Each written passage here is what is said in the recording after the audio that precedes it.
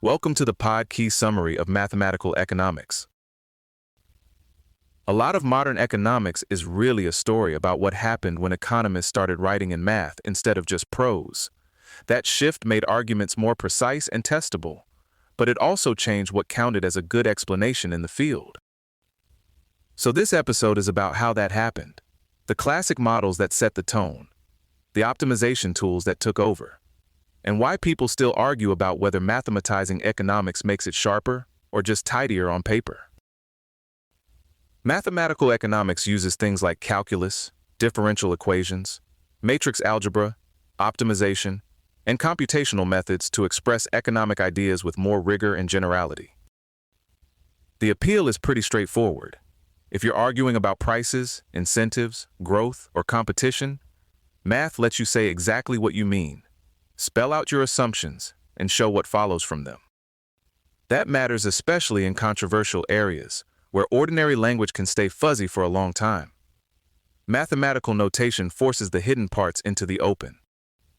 And over time, economics stopped being mostly verbal argument and became heavily organized around stylized models of optimization, equilibrium, comparative statics, and dynamics.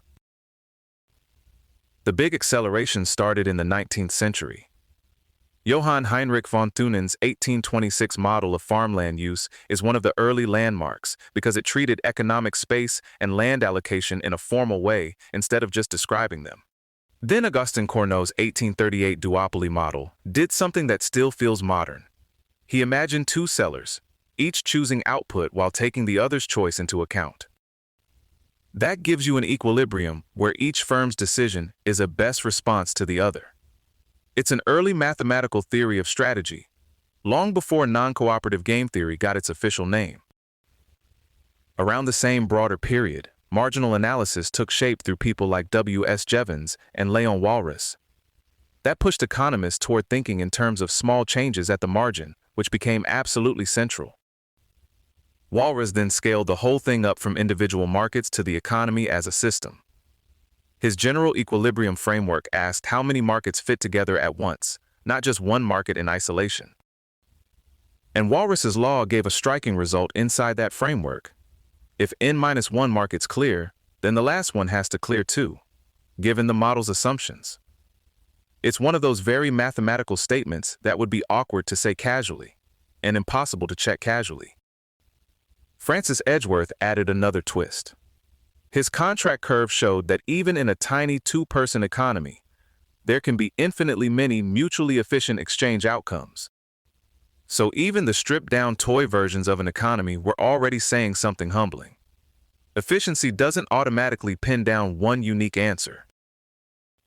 By the 20th century, optimization became the basic grammar of microeconomics. Consumers maximize utility, subject to a budget, firms maximize profit, subject to production constraints, and then economists ask what equilibrium comes out of all that. That framework also connects to welfare theorems, where the question becomes whether decentralized choices can line up with efficient outcomes under certain conditions. Paul Samuelson's 1947 Foundations of Economic Analysis helped crystallize this style. He pointed out common mathematical structures across different parts of economics and leaned hard on comparative statics. Comparative statics is basically the art of asking, if one outside variable shifts, how does the equilibrium shift with it? Interest rates go up, taxes change, technology improves, what moves, and by how much? Then there are the actual tools.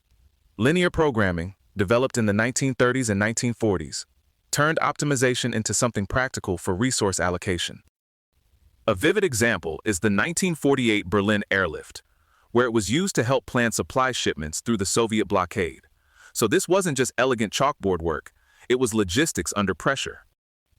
Kuhn-Tucker conditions extended Lagrange multipliers to inequality constraints, which sounds specialized, and it is, but it's also the kind of advance that quietly ends up everywhere. Those methods now show up in production scheduling, power plant operations, airline routing, finance, and a long list of other optimization problems. A lot of the modern world runs on somebody solving a constrained maximization problem, whether they call it that or not. Economics didn't stay frozen at static equilibrium. It expanded into dynamics through variational calculus, optimal control, dynamic programming, and stochastic models. Those tools are built for questions where time and uncertainty matter, like growth, saving, investment, inventories, portfolios, and how people plan when the future is murky.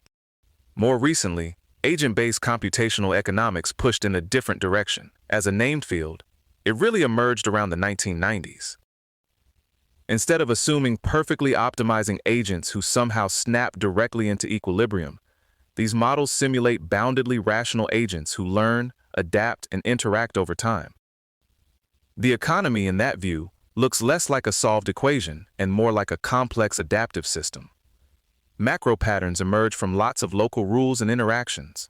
That's useful, especially when equilibria don't exist, can't be computed, or just don't tell the whole story. But there's an important unresolved issue here. If you're building rich simulations, you still need common standards for empirical validation. Otherwise, it's hard for results to accumulate into a body of theory people can really rely on. One reason this debate keeps coming back is that the spread of mathematics and economics has been enormous. In core journals, articles using neither geometry nor mathematical notation reportedly fell from 95% in 1892 to 5.3% in 1990. And by 2003 to 2004, only 5.8% of articles in 10 leading journals lacked both mathematical expressions and statistical analysis. At that point, math wasn't a specialty. It was the infrastructure. Econometrics helped tie this formal turn to evidence. Ragnar Frisch coined the term and founded Econometrica, and Tryggve Havelmo argued that probability and statistics could be used to test mathematical theories against messy real-world data. Still, critics were never convinced that formal elegance equals truth. Keynes, Hayek, Heilbronner, and Popper all raised versions of the concern that models can be internally consistent and still miss how actual human economies behave. Some of the criticism is about unrealistic assumptions. Some of it is about whether human choice can really be reduced to equations without leaving out the most important parts. Defenders answered in a few different ways. Milton Friedman argued that assumptions should be judged by predictive performance, not by whether they sound realistic at first glance. Samuelson and Robert Solow, in different ways, also defended mathematics as a language, not a substitute for substance. The idea is that math doesn't rescue a bad theory, but it can make a good theory clearer and more disciplined. And that's probably the cleanest way to see the whole story. Mathematization gave economics precision, structure, and powerful tools, while also creating a constant temptation to mistake formal neatness for genuine explanation. So the real question was never whether economics should use math. It was whether the math is helping us understand the economy, or just making the page look smarter.